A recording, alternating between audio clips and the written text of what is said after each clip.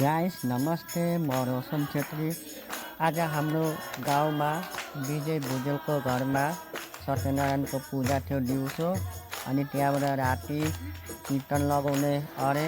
अनि त्यसैले हामीहरू अहिले कीर्तनमा आएका छौँ। कीर्तन सबैको घरबाट एकजना आउनुपर्छ, किनकि समाजको लागि आइदिनुपर्छ। समाजको कीर्तन हो, समाजको लागि हामीहरू नाइ भन्न सकिँदैन, समाजको लागि आउनै पर्छ।